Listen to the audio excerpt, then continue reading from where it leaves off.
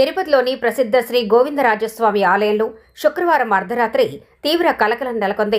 మద్యమత్తులో ఉన్న ఓ అజ్ఞాత వ్యక్తి ఆలయ గోపురంపైకి ఎక్కి వీరంగం సృష్టించాడు. ఏకాంత సేవ అనంతరం ఆలయ గేట్లు మూసిన తర్వాత లోపలికి ప్రవేశించిన అతడు గోపురంపైకి ఎక్కి హల్చల్ చేశాడు. గోపురంపై ఉన్న 2 కలశాలను పాక్షికంగా ధ్వంసం చేయడంతో భక్తుల్లో ఆందోళన నెలకొంది. మద్యం మత్తులో నినాదాలు చేస్తూ 90 మద్యం ఇస్తేనే కిందికి దిగుతారని డిమాండ్ చేయటం కలకలం రేపింది. సమాచారం అందుకున్న వెంటనే తిరుపతి ఈస్ట్ పోలీసులు ఫైర్ సిబ్బంది సంఘటనా స్థలానికి చేరుకుని అతన్ని కిందికి దింపేందుకు ప్రయత్నించారు.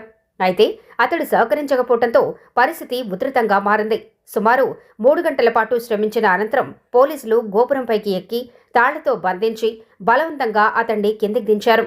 ఆ వ్యక్తిని అదుపులోకి తీసుకున్న పోలీసులు తిరుపతి ఈస్ట్ పోలీస్ స్టేషన్కు తరలించి విచారణ చేపట్టారు. ఆలయ భద్రతలో లోపాలపై అధికారులు ఆరా తీస్తుండగా ఈ ఘటనపై భక్తులు తీవ్ర ఆగ్రహం వ్యక్తం చేస్తున్నారు.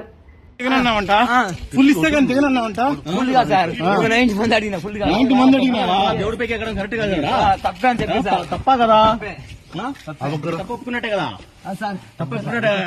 కరెక్ట్ కాదు కదా తప్పుకున్నాడు కదా ఎక్కువ స్టార్ట్ చేయి ಇಲ್ಲ